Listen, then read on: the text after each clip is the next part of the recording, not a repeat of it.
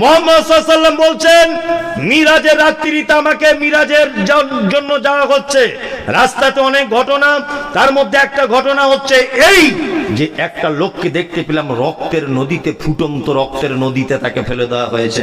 লোকটা নদীতে হাবুডুবু খাচ্ছে, নদীর পাড়ে আসার চেষ্টা করছে। লোকটা ফেরেশতাদেরকে দেখলাম কুইন্টাল কুইন্টাল পাথর নিয়ে দাঁড়িয়ে আছে, লোকটার মাথাতে মারছে, মাথাটা ভেঙে চৌচির হয়ে যাচ্ছে, আবার মাথাটার সাথে সাথে ভালো হয়ে যাচ্ছে।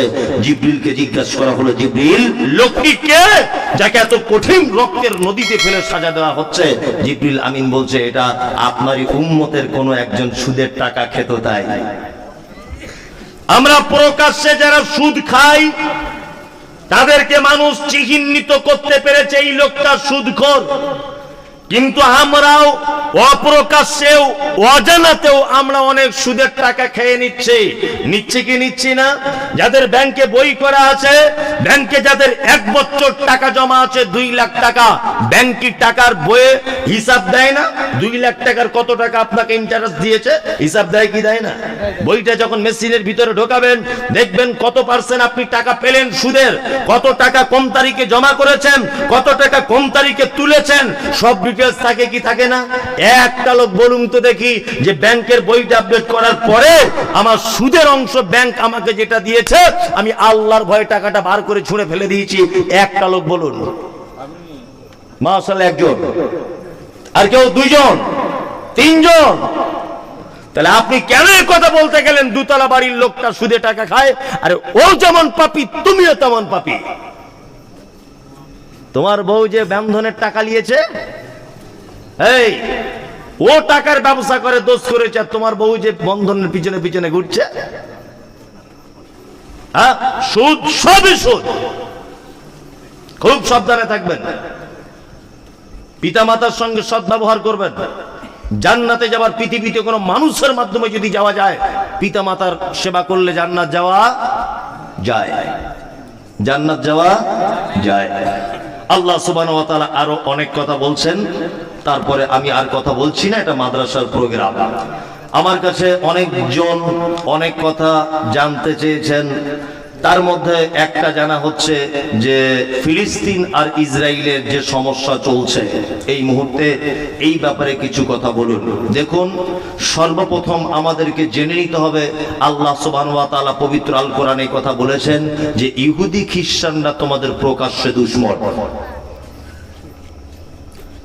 পৃথিবীতে 3টে ঐতিহ্যবাহী এবং নেকি পাওয়া যায়, এইরকম 3টে জায়গার কথা বলা হয়েছে। 1, বাইতুল্লাহ, এখানে আপনি নেকির উদ্দেশ্যে যেতে পারেন। 2, যে মসজিদকে আল্লাহ নবী সাল্লাল্লাহু আলাইহি ওয়াসাল্লাম বলেছেন এটা আমার মসজিদ, অর্থাৎ মসজিদে নববী, এই মসজিদে নেকির উদ্দেশ্যে যেতে পারেন। আর 3, আরেকটা নাম হচ্ছে মসজিদে আকসা, যেটা বর্তমানে ফিলিস্তিনে অবস্থিত। আল্লাহ সুবহানাহু ওয়া তাআলা এই মসজিদের কথা বলতে গিয়ে পবিত্র আল কোরআনের ভিতরে বলছেন, সুবহানাল্লাযী আসরা বিআবদিহি লাইলাম মিনাল মাসজিদিল হারাম ইলাল মাসজিদিল আকসা। আল্লাহ সুবহানাহু ওয়া তাআলা আমাকে কোন এক রজনীতে, কোন এক রাত্রিতে আমাকে মসজিদে হারাম থেকে নিয়ে মসজিদ আকসা পর্যন্ত ভ্রমণ করিয়েছিলেন। এই কথা পবিত্র আল কোরআনে আল্লাহ সুবহানাহু ওয়া তাআলা বলছেন। এটা আপনারা জানেন যে মসজিদ আকসা জেরুজালেম এই ফিলিস্তিনে অবস্থিত। এটা দীর্ঘদিন যাবত এই মসজিদটা ইহুদিরা দখল করে রেখেছে। ইসরায়েল বলে যে দেশ, এটা আদেও কোনো দেশ ছিল না, এরা পানিতে ভেসে আসা, নদীতে ভেসে আসা একটা জাতি। এরা তাদের দেশে টিকে থাকতে না পেরে ওই নদীর পাড় দিয়ে যেতে যেতে ফিলিস্তিনিদের কোনো একদিন বলেছিল কি যে আমাদেরকে একটু বসবাস করার জায়গা দাও। ফিলিস্তিনিরা তাদের উপরে দয়া করে কোনো একটা দ্বীপে তাদেরকে বসবাস করার জায়গা দিয়েছিল। এই সেই যাদেরকে জায়গা দিয়েছিল নিজের বুকে মেরে বসে নিজের বুকে এখন ছুরি মারছে। কি বলছি বুঝতে পারছেন না? এরাই এখন ইসরায়েল। ইসরায়েল বলে কোন দেশই ছিল না, কোন দেশ ছিল না, পৃথিবীর একটি মাত্র দেশ টোটাল ইসরায়েল। বসবাস করে কতটা দেশে? টোটালে জনসংখ্যা 80 লক্ষ, 1 কোটিও নয়। টোটাল ইসরায়েলে 80 লক্ষ। এই সেই ইহুদি। আল্লাহ সুবহানাহু ওয়া তাআলা প্রতিটা নবী এবং রাসূলকে, বেশিরভাগ, প্রতিটা বলা ভুল হলো, বেশিরভাগ নবী এবং রাসূলকে ইহুদিদের কাছে পাঠিয়েছিলেন। আর এরা এত বদমায়েশ, ইসলামের ইতিহাসে কথার সাক্ষ্য যে এক একজন ইহুদি, এক একজন 40 জন, এক এক দিনে 40 জন পর্যন্ত নবীদেরকে তারা গাছে বেঁধে সিরিয়াল বা সিরিয়াল তারা জবাই করে দিয়েছে। এরা হচ্ছে সেই ইহুদি। এত খতরনাক। আজকে আপনারা জানেন যে সেই ইহুদিরা চরম পর্যায়ে পৌঁছে ফিলিস্তিনের মুসলমানগুলোকে মারা হচ্ছে। একটা বাচ্চা মেয়েকে জিজ্ঞাসা করা হচ্ছে, মা তুমি নামাজ পড়ো? বলছে আমি দিনে 6 ওয়াক্ত নামাজ পড়ি, জোহরে পড়ি, আসরে পড়ি, ফজরে পড়ি, মাগরিবে পড়ি, ইশা পড়ি, আর প্রত্যেক ওয়াক্তে জানাজা পড়ি। আল্লাহু আকবার। ফিলিস্তিনের বাচ্চা ছেলেদেরকে গুলি করে দেওয়া হচ্ছে, মেয়েগুলোকে মেরে দেওয়া হচ্ছে। কি অবস্থা! আমি মুমতাজুল ইসলাম, আমি একজন হিন্দু দেশের নাগরিক। এইখান থেকে আমার কোন রকমের সহযোগিতা করার কোনো পথ নেই। সব থেকে ইতিহাসে এইটা আমার খারাপ লাগছে, সারা ভারতবর্ষে 1947 সাল থেকে নিয়ে 2023 সাল পর্যন্ত সারা ভারতবর্ষ যত গুণীজনদের আবির্ভাব ঘটেছে, প্রত্যেক গুণীজন মানবতার নিরিখে সর্বক্ষণ ফিলিস্তিনিদের পক্ষ নিয়েছে। শুধু বর্তমান সরকার ভারতবর্ষের, তিনি এখন ইসরায়েলের পক্ষ নিয়েছেন। এটা জাতির কাছে লজ্জা, এটা আমি মনে করি। বর্তমান যিনি আছেন ভারতবর্ষে, এই সরকার, তিনি শুধু ইহুদিদের সাপোর্ট করছেন। বড় অসহায় তারা। আমরা এখান থেকে সহযোগিতা করতে না পারলেও এই বলে দোয়া করতে পারি, হে কাবার মালিক, তুমি আব্রাহার চক্রান্তকে আবাবিল অর্থাৎ ঝাঁকে ঝাঁকে পাখি দিয়ে তুমি বরবাদ করেছিলে। তুমি ফেরাউন তার চক্রান্ত থেকে নবী মূসাকে বাঁচিয়েছিলে। আল্লাহ, তুমি নমরুদের চক্রান্ত, নমরুদের আগুন থেকে তুমি ইব্রাহিমকে বাঁচিয়েছিলে। ঠিক তুমি যেমন আব্রাহাকে যেমন চিহ্নিত করে তাদেরকে ধ্বংস করেছো। হে কাবার মালিক, তোমার কাছে অকুল আবেদন, যারা ফিলিস্তিনের বা যারা জেরুজালেমের মুসলমানদেরকে যারা অন্যায়ভাবে হত্যা করছে, আল্লাহ তুমি সেই সমস্ত ইহুদিদেরকে চিহ্নিত করে তাদেরকে তুমি পৃথিবীতে নিস্তেনাবুদ করে দাও। বলুন আমিন। জোরে বলুন আমিন। শুনুন, একটা কথা বলি, আপনাকে আবার বলতে চাইছি, এটা অন্তত পক্ষে প্রত্যেক দিন এখন 2টো দোয়া করবেন। এই কথা সোশ্যাল মিডিয়াতে গেলে খারাপ হতে পারে, তারপরেও বলছি। এক, মসজিদে আকসার দুশ্মন, ইমানদারের দুশ্মন ইহুদিরা, আল্লাহ যেন তারা ধ্বংস হয়ে যায়, এই দোয়া করবেন। 2, আর একটা দোয়া করবেন, আমাদের পার্শ্ববর্তী দেশ, তার নাম হচ্ছে বাংলাদেশ। এই দেশের সরকার বর্তমান যিনি আছেন শেখ হাসিনা, মারাত্মক সরকার, এত বড় সরকার যে সহি হাদিস কোরআন বললেই তার থাকার জায়গা জেল। মিজানুর রহমান আজহারি দেশ থেকে তাড়িয়ে দেওয়া হলো। বাংলা এপার, বাংলার ওপার, বাংলার হাদিস এবং কোরআনের ভাগ গর্জে ওঠে শিরক এবং বিদআতের বিরুদ্ধে। নাম হলো তার আব্দুর রাজ্জাক বিন ইউসুফ। 500 কোটি টাকার মামলা দেওয়া হয়েছে। এটা আপনি জানেন যে বাংলাদেশের একজন মুফাসসির কোরআন আল্লামা দেলওয়ার হোসেন সাইদি 11 থেকে 12 বছর 13 বছর জেল খাটার পরে লোকটাকে পৃথিবী থেকে চলে যেতে হলো। আর মানুষের সামনে কোরআনের তাফসীরের জন্য কোনোদিন ফেরত আসতে পারলেন না। আমির হামজা মনোমুগ্ধকর ভাবে তিনি তাফসীর করতেন, একজন কোরআনের হাফেজ, একজন মুফতি সাহেব মানুষ। আল্লাহু আকবার। লোকটা দীর্ঘদিন জেলখানাতে বন্দী হয়ে রয়েছে। অসংখ্য আলেম ওলামাদেরকে জেলখানাতে বন্দী করে রাখা হয়েছে। আগামী 1 থেকে 1.5 মাসের ভিতরে বাংলাদেশের নির্বাচন। আপনি অন্তত পক্ষে মুসলিম যদি হন, আলেম ওলামাদের যদি আপনি বন্ধু হন, আপনি যদি কোরআনের পক্ষে যদি হন, এই দোয়া করবেন যে আল্লাহ যেন হাসিনার নৌকা এবারই ডুবিয়ে দেয়। এই দোয়া করবেন, এইবারই যেন তার নৌকা ডুবে যায়। একটা মুসলিম দেশ, একটা মুসলিম কান্ট্রিতে হক কথা বলা যায় না। ওর থেকে আমি মুমতাজুল ইসলাম হিন্দু কান্ট্রিতে বসবাস করার পরেও হক কথা, সহিহ হাদিসের কথা দেশের মাটিতে বলতে পারি। এই দেশের মাটিতে আমি যে কথা বলতে পারি, সেই কথা বাংলাদেশের কোন বক্তা বলতে পারবে না। মানে আমাদের দেশের হিন্দু রাষ্ট্রের থেকেও মুসলিম রাষ্ট্র হিসেবে সরকার একেবারে নিকৃষ্টতম। নামে মুসলিম, নামে শুধু মুসলিম। দোয়া করবেন এদের জন্য, আল্লাহ যেন ওদেরকে হেদায়েত দান করে, আর না হলে নৌকা ডুবিয়ে দেয়। নৌকা ডুবে যাক, এটাই আমরা চাই। কি বললাম বুঝলেন না? তাহলে আলেম ওলামারা একদম খোলা পরিবেশে তারা বক্তব্য রাখতে পারবে, তাই তো? দোয়া করবেন। রাত্রি 12:30 বাজে। আর একজন ভাই বলতে চেয়েছেন আমাদের বেনাদা মাঠে আইল নিয়ে কাটাকাটি হয়, আপনি কিছু কথা বলেন, অনুরোধ রইল। আইল মানে বুঝলাম না আমি। জমি যেটা ডিভাইডেড, মাঝখানে যেটা থাকে পার্টিশন। আচ্ছা আচ্ছা আচ্ছা আচ্ছা, মানে এরকম লোক আছে। ওই লোকটা আবার মসজিদে এসে নামাজে কাতারে দাঁড়িয়ে বলছে সবাই কাতার সোজা করে নেন, কাতার বেঁকে গেলে নামাজ হবে না। যে লোকটা জমির আইল কেটে বেঁকিয়ে দিয়ে এসেছে, ও এসে বলছে কাতার সোজা করে নেন, নামাজ হবে না। এরকম লোক আছে না নেই?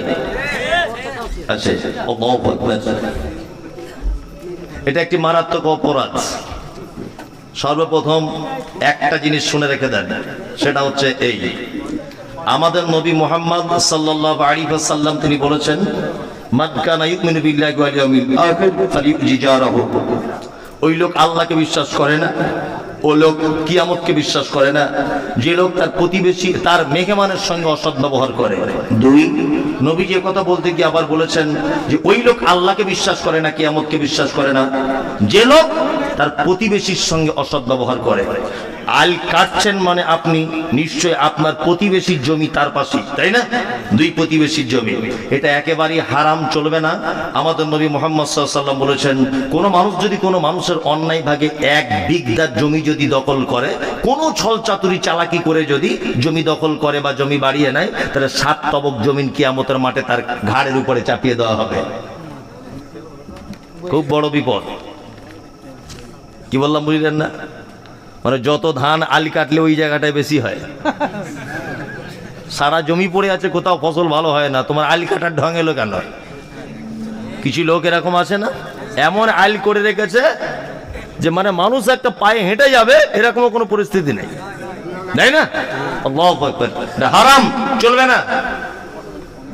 আপনি এমনি ধান লাগাচ্ছেন, কোন সবজি, আলটা একটু পরিষ্কার করুন, সেটা আলাদা ব্যাপার। ঘাস টাসগুলো পরিষ্কার করুন, আলাদা ব্যাপার। আপনি কাটতে যাবেন কেন? হ্যাঁ, আর এই নিয়ত কেন আপনার যে আমার জমি বেড়ে যাবে? দুনিয়াতে বাড়লেও আখিরাতে আপনার বরবাদ হয়ে যাচ্ছে। একটা মানুষ কত বছর বাঁচে বলুন তো? হ্যাঁ, 60 বছর। বোকা কথা, 60 বছরের মধ্যে 30 বছর ঘুমায়, ঘুমায় না? ঘুমায়। বেঁচে থাকলো তাহলে কত বছর? 30 বছর। 30 বছরের মধ্যে বাচ্চা কাল 10 বছর পর্যন্ত মাইনাস করে দাও। ওর কোনো বুদ্ধি শুদ্ধি কিছু হয়নি, 10 বছর পর্যন্ত ন্যাংটে খেলেছে পাড়াতে, থাকলো কত? 20।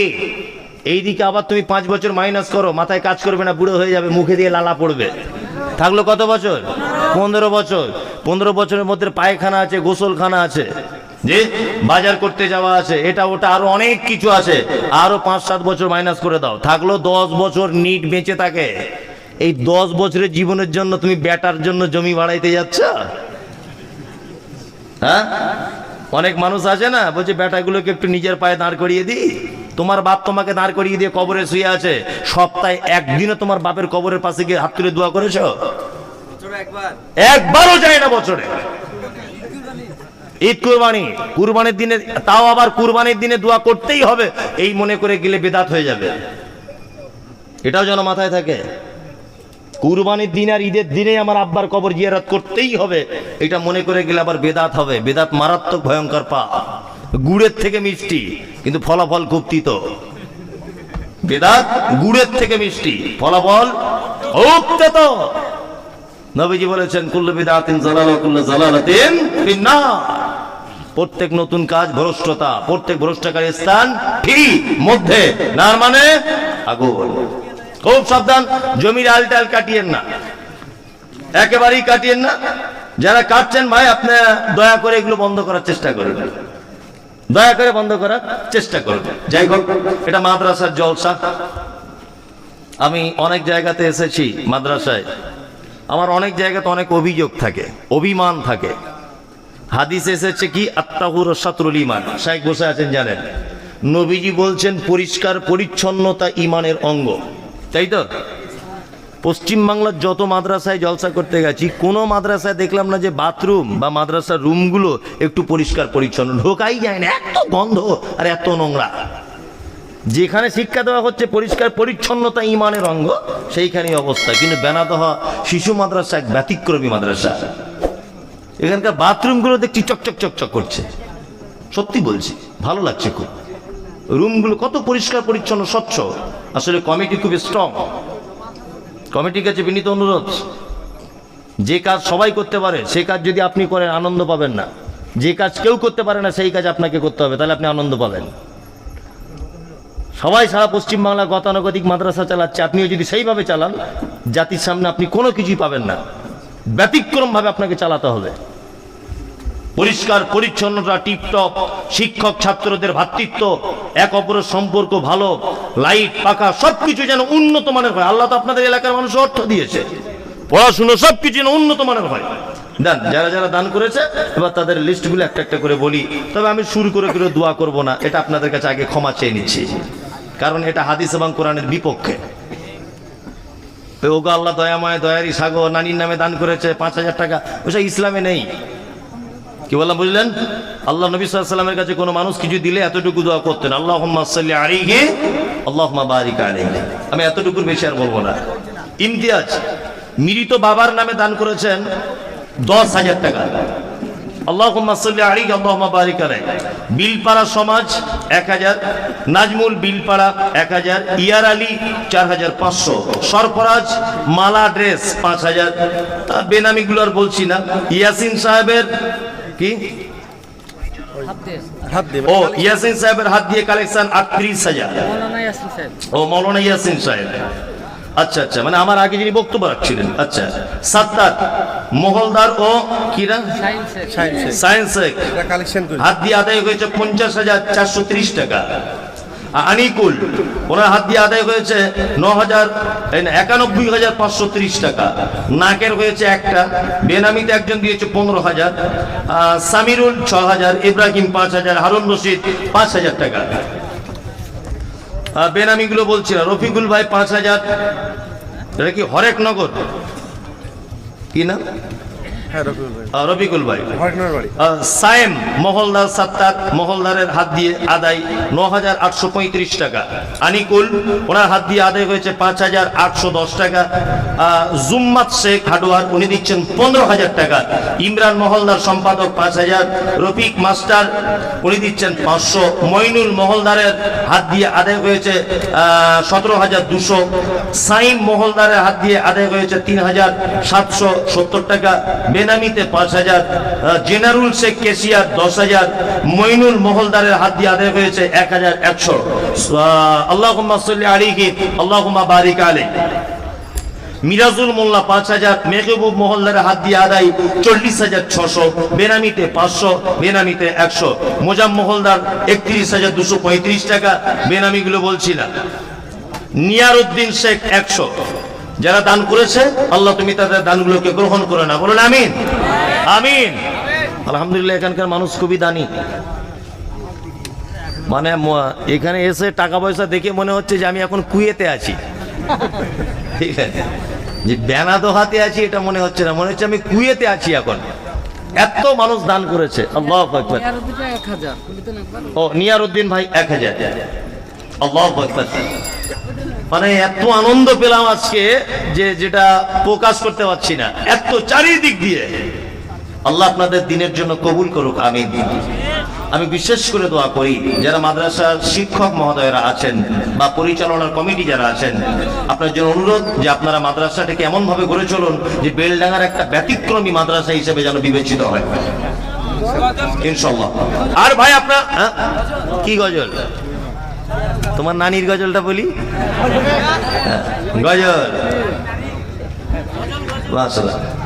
এক মিনিট। আদেশ করিল আল্লাহ পবিত্র কোরআনে, আর বিবাহ করিতে যত আদম সন্তানের। কোরআনে আদেশে আল্লাহ যদি না করিত মানুষের বংশ সব ধ্বংস হয়ে যেত। কিন্তু হয় বর্তমানে হতেছে এমন, বেটির বিয়েতে বেটার বাপ নিচ্ছে কত পণ। কেহ সোনা দানা নিচ্ছে, কেহ টাকা করি, কেহ জমি জায়গা নিচ্ছে, কেহ নিচ্ছে বাড়ি। আবার কত বাপজি বলে নিব না কপন, বেটা বেটি সাজিয়ে দিক বিয়াই আপন। টাকার বেলায় সাধু সাজে, জমির বেলায় চোর। বর্তমানে বেটার বাপ এমনি হারাম খোর। চোর লোকে চুরি করে অন্ধকারে হলে, বেটার বাপ করে চুরি দিনের উজ্জ্বলে। হাইরে বেটার বাপ তুমি এমনি লোভী হলে, টাকার বদলে বেটা বিক্রি করিলে। বেলডাঙ্গার ঘাটে শুনি বিক্রি হয় পাঁঠা, পাঁঠার মতো বিক্রি করো তোমরা নিজের বেটা। হাইরে বেটার বাপ তুমি এমনি লোভী হলে, পাঁঠার মতো বেটা বিক্রি করিলে। তোর জন্য কত নারী বিষ পান করে, কত নারী গলায় দড়ি দিয়ে ঝুলে পড়ে। এর জন্য কে বাদাই জানো বেটার বাপ, শত শত বেটির বাপরা দিচ্ছে অভিশাপ। শেষ, ছেড়ে দিই ভাই, আদায় তো বললাম। আমার একটা কথা মনে পড়ে গেল, বলে দিচ্ছি। এটা এগুলো বক্তব্যের বাইরে, জেনে রাখলে ভালো হবে। এই যে আব্দুল শব্দটা না, যে কোনো নামের আগে রাখার চেষ্টা করিয়েন না, মারাত্মক ভুল হয়ে যাবে। মোমেন ওরটা ঠিক আছে। সমাজে অনেক লোক নাম রেখেছে না, আব্দুর রশিদ আছে না, নাম আছে না আব্দুর রশিদ, এ নাম রাখা হারাম, চলবে না, একদম নয়। গোলাম মাবুদ নাম আছে না, আছে, এ নাম রাখা হারাম, চলবে না। জাহাঙ্গীর নাম আছে, চলবে না। শাহজাহান নাম আছে, চলবে না। ইয়াসিন চলবে না। এসব নাম রাখা চলবে না। ভাববে না হয়তো বক্তার বিরুদ্ধে বলেছে, আল্লাহর কসম বলছি না, আমার কারোর বিরুদ্ধে বলার দরকার নেই। যে নামের অর্থ হয় না সে নাম রাখা ইসলামে নাজায়েজ, চলবে না। আল্লাহর নামের আগে আব্দু শব্দ লাগানো যাবে। আল্লাহর নাম রশিদ, আল্লাহর নাম আছে নাকি? নাম কি নাই।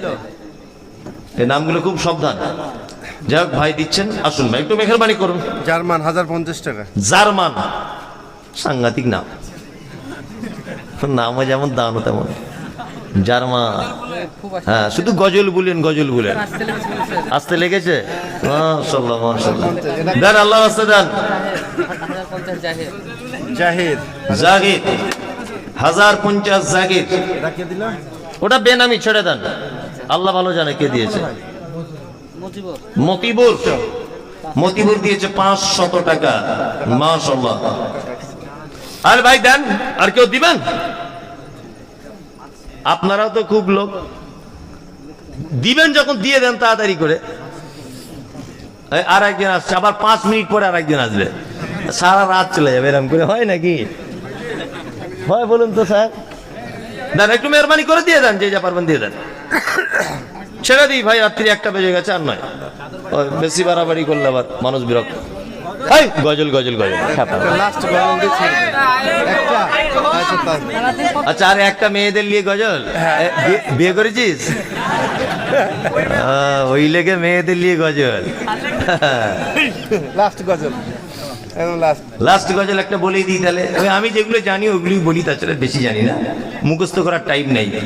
শোনো শোনো মা বোনেরা, শোনো দিয়া মন, আর বর্তমানে তোদেরই করিবি বারণ। সকাল সন্ধ্যা জানলার ফাঁকে আয়না লইয়ে হাতে, নিজে হাতে মাথার চুল কাঁচি দিয়ে কাটে, নিজের হাতে কাপড় কিনে দর্জি ঘরে ঢোকে, বুক ফুলিয়ে জামার মাপ দেয় দর্জিকে। পেট কাটা পিঠ কাটা নেই কো বোতাম বুকে, 1 মিটার কাপড় কিনে 6 মিটার ঢাকে। আবার কত বোনের জামা পা বরাবর, হেলে দুলে রাস্তা চলে, খুঁজছে যেন বর। নাইটি পড়ো ভালো করো শরীর থাকে ঢাকা, বলো দেখি ও বোনটি মাথা কেন ফাঁকা।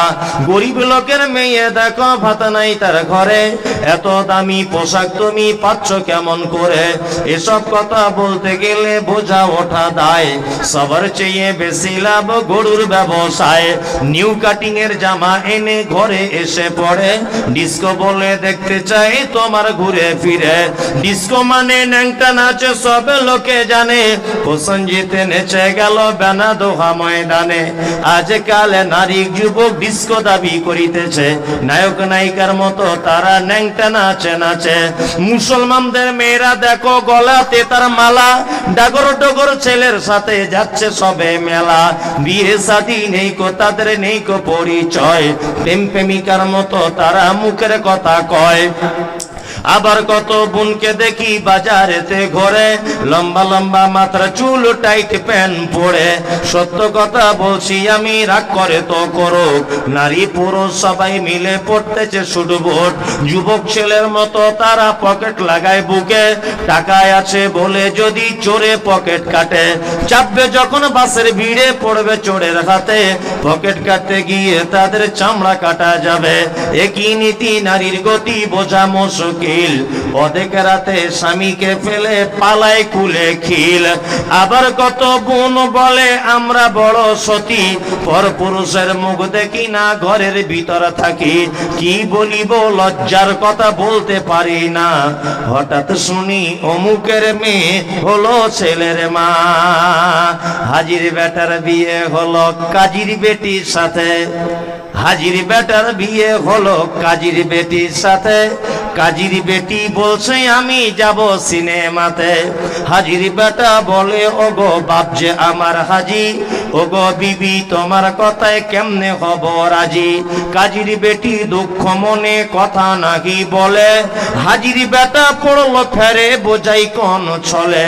সিনেমা দেখা মেয়ে মানুষ ঘরে রাখা দায়, অবশেষে রাজি হতে হলো নিরুপায়।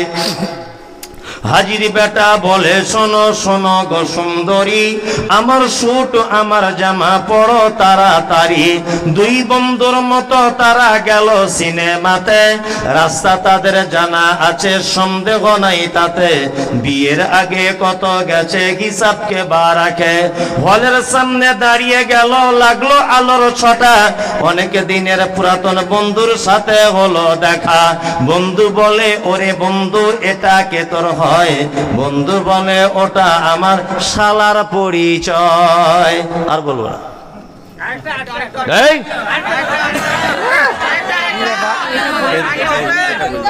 দর্শক বাড়ি যাবে। আর বিবাহ করিতে যত আদম সন্তানের, কোরআনে আদেশে আল্লাহ যদি না করিত, মানুষের বংশ সব ধ্বংস হয়ে যেত। কিন্তু হয় বর্তমানে হতেছে এমন, বেটার বিয়েতে বেটির বাপ নিচ্ছে কত পণ, কেউ সোনা টানা নিচ্ছে। এটা তো বলেছি সোনা দিয়া মন, বর্তমানে মোদের ঘরে নারীর আগমন। যতই করো নামাজ রোজা দেখাও পরে যে গাড়ি, বাজারেতে কিনলে শাড়ি সঙ্গে পাবো নারী। আসল নারী মা হাওয়া এলো দুনিয়াতে, ওই নারী হতে এত নারী হিসাবকে বাড়াকে। বর্তমানে দেখি শুধু নারীর আমদানি, নারীর ফটোয় ব্যবসা চালায় হাজারো দোকানি। মৌলবী ও মাওলানার গাজী গাজী ভাই, বর্তমানে নারীর হাতে বাঁচার উপায় নাই। রেডিও টেলিভিশন আরো সিনেমা হলে দলে দলে যাচ্ছে পুরুষ নারী আছে বলে। নববর্ষের দিনে দেখো হাজার দোকানদার, নববর্ষের দিনে দেখো হাজার দোকানদার, নারী মার্কা ফটো দিয়ে দিচ্ছে ক্যালেন্ডার। দেশলাইটা হাতে নিয়ে ঠুকতে যাব কাঠি, তার উপরে আছে দেখো আছে নারীর পাটি। সাইকেলের ওই সামনের চাকায় মার্কেটের ওই নিচে, সেটাই দেখো বাদানাই কো নারীর ফটো আছে। বাজারেতে চা বিস্কুট আনবে সবাই কিনে, সেটাই দেখো নারীর ফটো বিস্কুটের ওই টিনে। আলকাতরা টিনে দেখো নারীর ফটো আছে, বেশি দামে আলকাতরা বিক্রি হবে বলে। পানের সঙ্গে জর্দা খাবে 300 পাতির কোটো, পানের সঙ্গে জর্দা খাবেন 300 পাতির কোটো। সেটাই দেখো বাধা নাই কো আছে নারীর ফটো। ইফকো কিনুন, পটাশ কিনুন, রাসায়নিক সার, তার বস্তার উপর দেখতে পাবে নারীর পিকচার। সাইকেলের ওই সামনের চাকায়, মার্কেটের ওই নিচে, সেটাই দেখো বাধা নাই কো নারীর ফটো আছে। তোর বউকে যায় না দেখা, যায় না রাস্তাঘাটে, ওই বউকে দেখবে সবাই ভোটের তালিকাতে।